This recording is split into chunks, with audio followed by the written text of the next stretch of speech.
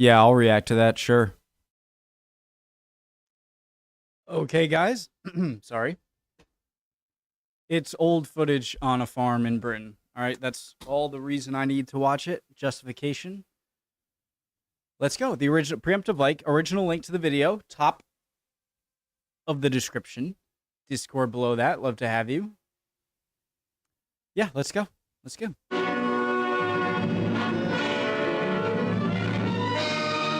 Story of the mechanization of British farming.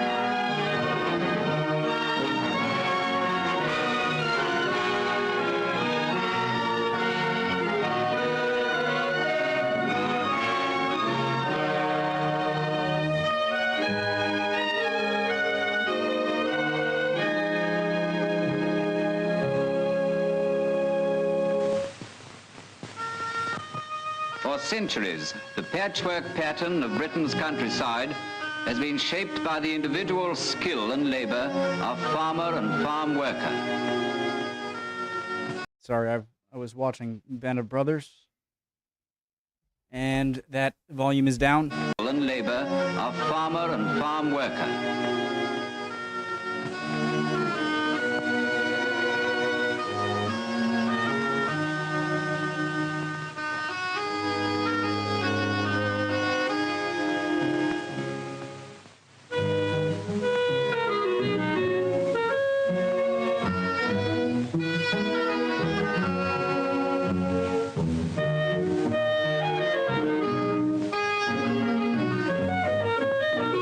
Onto this background of generations of farming skill and country law has been imposed the power of the machine. The British farmer today is also a mechanic, an engineer working on the land. That is what I love about looking at farm machinery. Modern stuff too.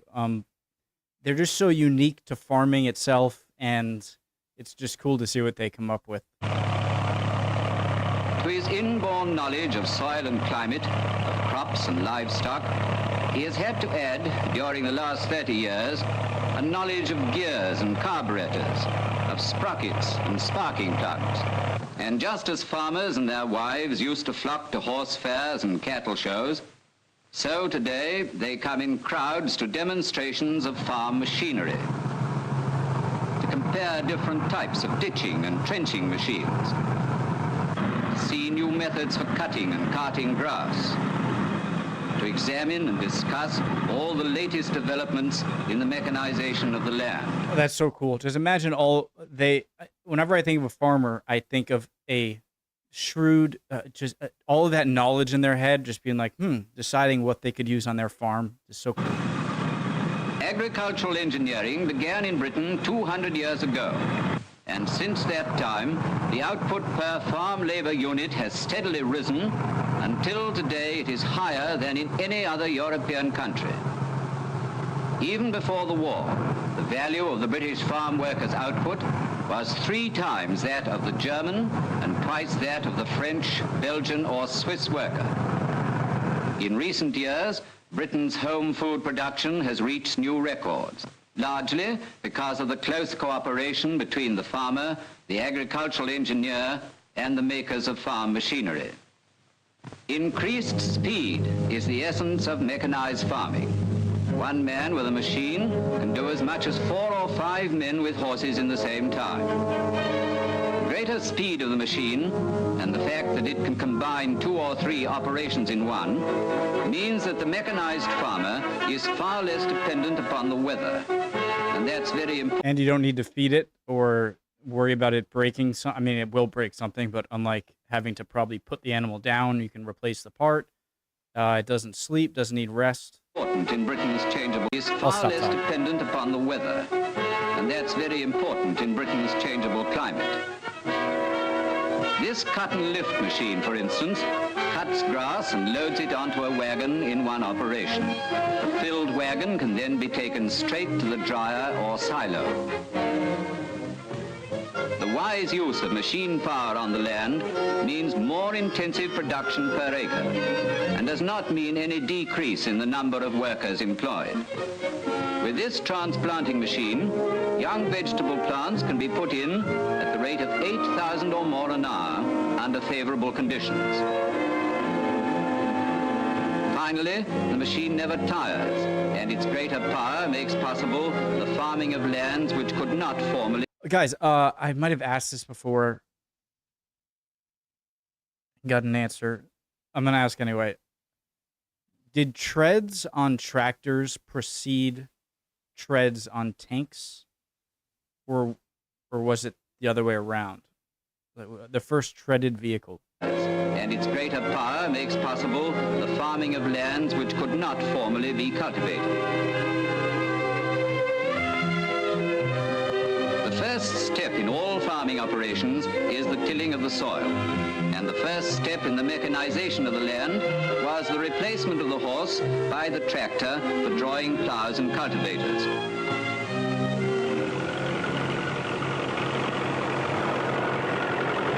A 4-furrow tractor-drawn plow can plow up 8 acres a day. 8 times as much as used to be possible with the old horse-drawn single-furrow plow. Then, huge tractor-drawn harrows break up the soil and prepare the seed bed with the speed and power of 30 horses. And when the seed bed is ready, great tractor-drawn drills sow the seed 26 rows at a time. Question, guys. When did the idea of fertilization become a thing? Because people must have known since ancient times that the more you plant on a field, the less nutrients are there for the following time. And if you over farm an area, then you're going to have a bunch of dirt with not many nutrients in it, which is where fertilizer comes in, right? But when did that happen?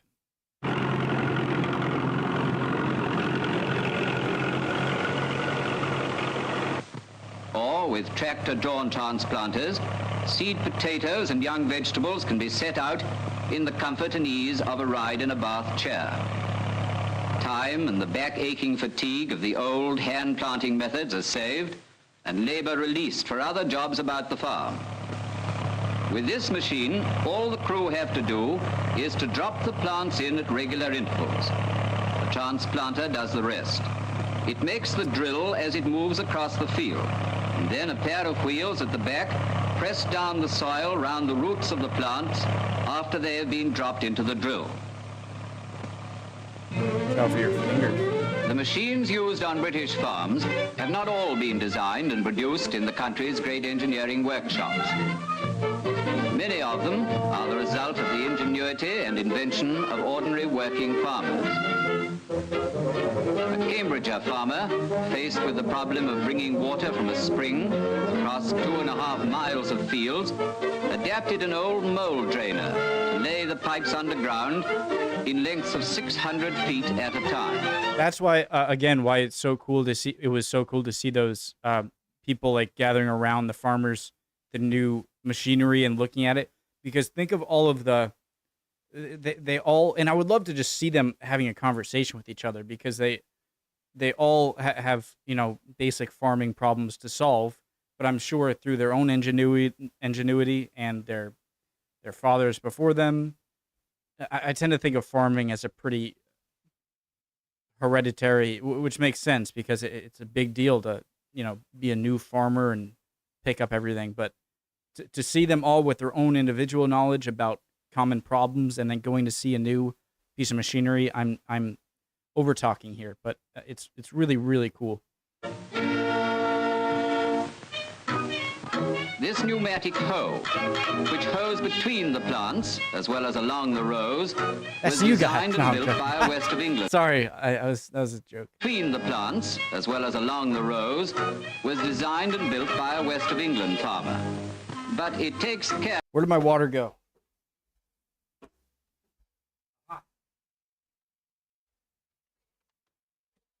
A pneumatic hoe, which hoes between the plants as well as along the rows, was designed and built by a West of England farmer.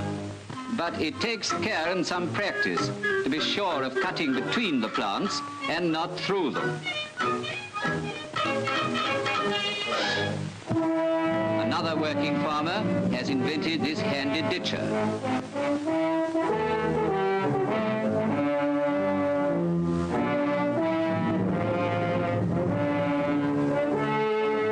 Good drainage is a vital factor in British farming. Without it, arable land would not be fully productive, and much of the best pasture land would quickly become useless bog.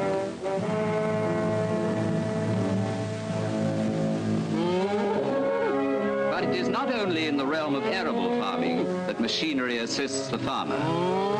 Nowadays, the time and labor involved in the twice-daily routine of milking large herds has been greatly reduced by taking special equipment to the cows in the pastures. British dairy cows are among the highest milk producers in the world, and the mechanization of dairy routine has resulted in an all-round improvement in the quality and cleanliness of this, the most vital of all farm products. I love how even in this really grainy, you don't have that many pixels, or, they're not even pixels at that point, but you can still see the flies flying around. Of this, the most vital of all farm products.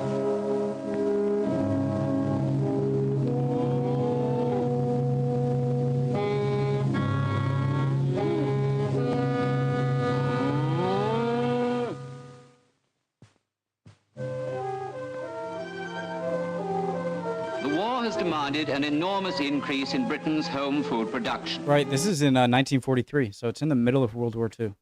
Oh, sorry. And this has meant not only the more intensive cultivation of old farmlands, but also the reclamation of large areas of formerly unproductive country.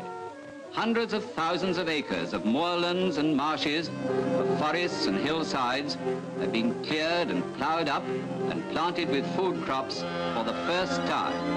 A great achievement in which machine power has played an essential part.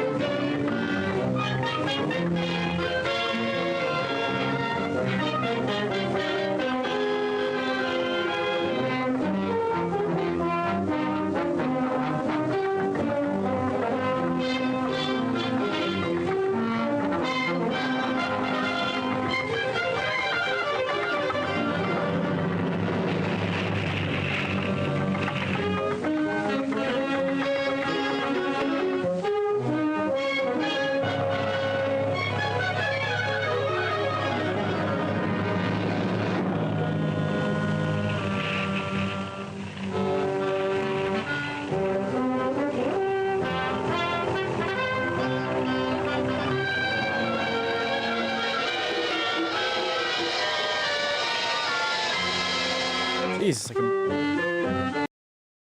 the score there, audio.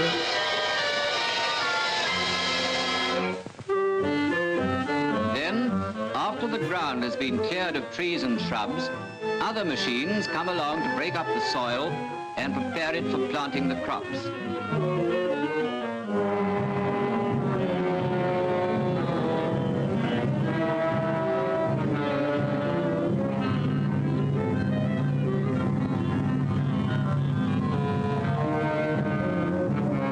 I love how, stuff at this time, it's very new, and a lot of these machines might not seem, were probably a lot more like, whoa, look at that. It's still awesome and fascinating to look at it, but I'm understanding the sound in the video of like, look at this giant thing. What is that? But to us, it's like, yeah, it's a thing. What's with the music?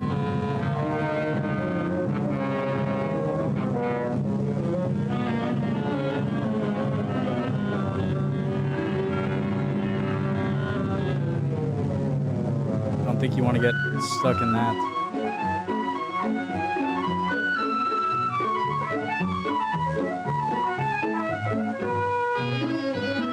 So I don't really get it. What are they doing when they do this? When they're like cutting slabs onto each other? So are they doing that just to stir up the land so that they can come back with something to stir it up more, or what are they doing exactly? Any farmers?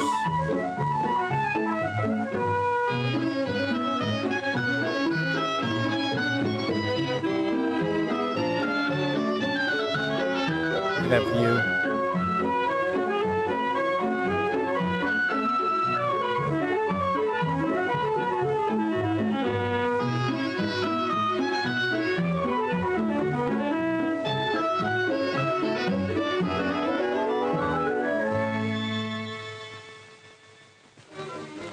The result of all this work and effort, of this combination of farming lore and engineering skill, is to be seen in the yield and quality of the crops at harvest time. And at this season too, machines are at hand to help the farmer gather in the grain. Not so long ago, all the corn had to be cut and harvested by hand. 5 men, mowing all day, could cut about 3 acres between dawn and dusk. Then came the reaper binder, which revolutionized harvesting methods at the end of the 19th century.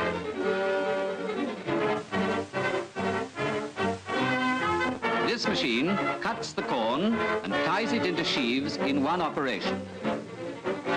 But even with this method, the sheaves have to be set up into stooks to dry. It is said that wheat should hear the church bells ring twice before being carted and made up into a stack, where it has to dry still further before being threshed. Guys, there's a sort of tinge of sadness when I watch this stuff, because I think of all of the obviously the pros outweigh this, right? This is little, that's way more productive, feeds more people, it's better. But that just like when moving on from wooden sail ships to more propeller driven or steamboats, just all of the knowledge passed down that was so applicable for livestock drawn, or is livestock only for if you're eating, for animal drawn stuff, and like techniques of how to get the stuff by hand, and just working with horses and all this stuff, that there would have been so much knowledge over all the time, and then it's just rendered completely obsolete, and then there's no reason to carry on those methods and to pass on those secrets of how to do that certain stuff. So it's all about progress. I'm not saying that that's a con to, as opposed to a pro of this process. It's just a little sad just knowing that so much of that knowledge isn't relevant anymore. More recently still, the self-propelled combine harvester has been introduced, in which all these operations are done at the same time. And it takes only one man to work it. The 12-foot cutting bar cuts the corn and lays it onto a moving belt which carries it into the machine where it is threshed. Threshed straw pours out onto the ground behind, while the grain is collected in a hopper at the side of the machine. Lorries driving along. So this part is only in the very top of the stalk of wheat or whatever it was, in like those brushy little ends, and that's the only part of the plant that's relevant for getting food. The more I think about it, the more that's kind of obvious. In a hopper at the side of the machine. Lorries driving along beside the harvesters offload the grain without interrupting the cutting and take it away to be dried and sacked. And behind the combines come baling machines, which pick up the straw and compress it into bales. Nearly all British farmers are mixed farmers who combine stock keeping with crop growing. and straw is a valuable byproduct for fodder, litter, and thatch. Why are they making it Thus, into the a whole process, house? from the cutting and thrashing of the corn to the final baling and stacking of the straw, takes place in one continuous operation. Never has Britain's soil been more productive than it is today. Hundreds of thousands of idle acres have been brought into cultivation, while old farmlands are yielding more than ever they did. As a direct result of the close partnership between farmer, machine maker, and agricultural engineer, British farming is today more highly organized, more efficient, and more mechanized than ever before in its history.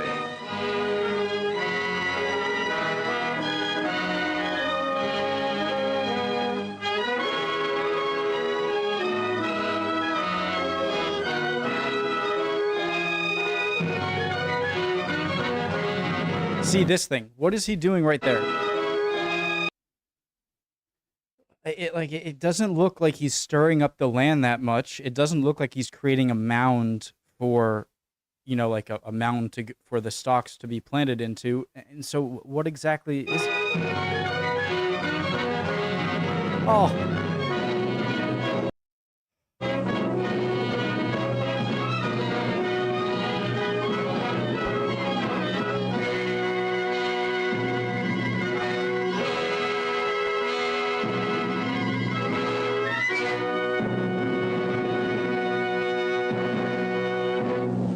What just a great video. You know, regardless of it being cool just because it's old, it just did a really good job of going from, you know, showing more and more advanced machinery and like seeing a family doing it, like the women on the back of it, you know, putting the things in, and ending with a more like, in the hay bales looked not as great, and then ending it on like these beautiful giant hay bales. A lot bigger production, these two giant machines for, you know, getting the food out of the wheat or whatever it was, and then discarding this, and then being wrapped up into bales. Awesome video, really cool. All right. Hope you guys are all doing well. Hope you learned something or can teach me something in the comments. I definitely had a few questions. You guys are always really good at answering those, and I'll see you next time. Bye, guys.